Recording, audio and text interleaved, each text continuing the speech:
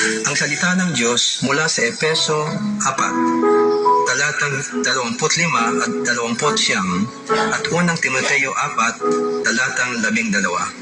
Kaya huwag na kayong magsisinungaling. Ang bawat isa ay magsabi ng katotohanan. Huwag kayong gumamit ng masasamang salita.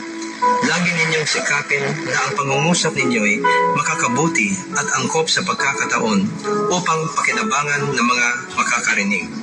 Sikapin ninyong maging halimbawa sa iyong pagsasalita, pag-uugali, pag-ibig, pananampalataya at malinis na pamumuhay.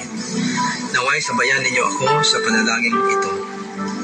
Aming inilalapit sa iyo, Panginoon, ang aming mga kapatid na nasa larangan ng media, ang mga mamamahayag, mga manunulat at ang lahat ng bumubuo ng mga kawani ng aming mga pahayagan, radyo, telebisyon, mga pelikula, social media, advertismo, at iba pang mga uri ng kapahayagan.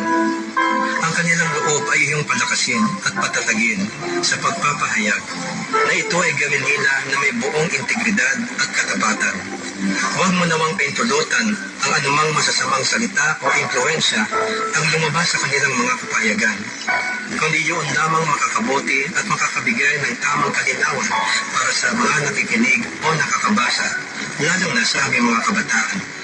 Naway ang mga bagay lamang na totoo, kagalang-galang, matuwid, malinis at kapuri-puri ang mangibabaw sa kanilang puso at isipan. Naway laging malaig ang mabubuting alikain sa aming mga kapatid sa media na palaganapin ang karunungan, katuwiran at katarungan na makakapagpaunlad at makakapagpaisa sa aming bayan.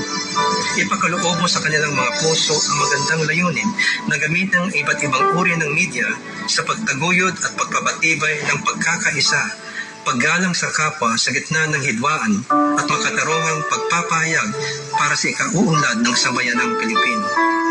Sa aming mga kapatid sa iba't ibang sining, iyo silang bigyan ng katalinuhan at ng bagong mga malikhaing ideya sa kanilang paggawa ng kanilang mga likha. Sa iyong kapangyarihan at karunungan, sila ay iyong hayaang maging daluyan ng iyong wagas na pagkamalikhain, kahusayan, at totoong pagmamahal at pagmamalasakit para sa kapwa-tao.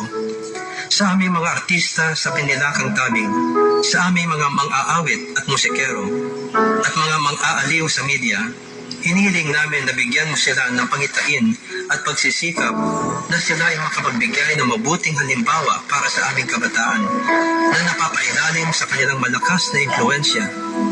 Nawa bigyan mo sila ng tamang mga paninindigan at mahubog sa kanila ang tamang pag-uugali at pagtalima sa iyong mga utos upang mahikayat nila ang aming mga kabataan na mamuhay na marangal at matuwid.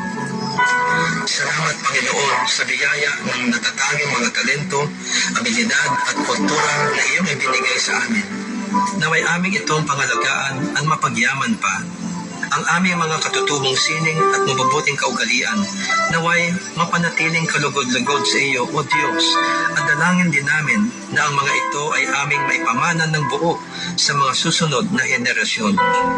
Sa aming naisin na pagyamanin ang iba't ibang sining na iyong ibiniyaya sa amin, kami, O Diyos, ay iyong bigyan ng kahusayan, katalinuhan, karunungan, pag-unawa at patnubay mula sa iyong banal na Espiritu.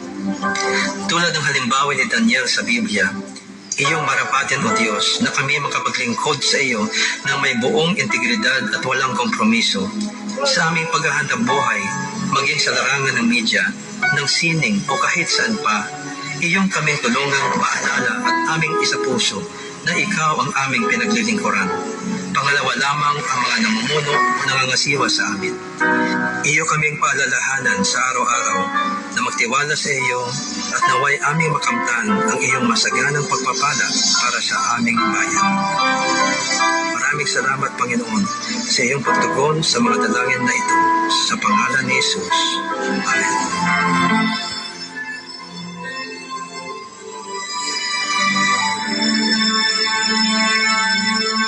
Welcome back to the show. You got me here, Chloe, and thank you so much, Pastor, for that prayer. It's already 3 o'clock and it's time for the MX3 3 o'clock habit. Ito ay paalala ng MX3 na maging ugali ng bawat Filipino ang 3 P's. Pray, prevent, and protect. Pray for spiritual wellness, prevent. Gawin nating ugali ang pag-iwas at pagpigil ng sicknesses and diseases. Protect at lagi nating iingatan ang ating kalikasan.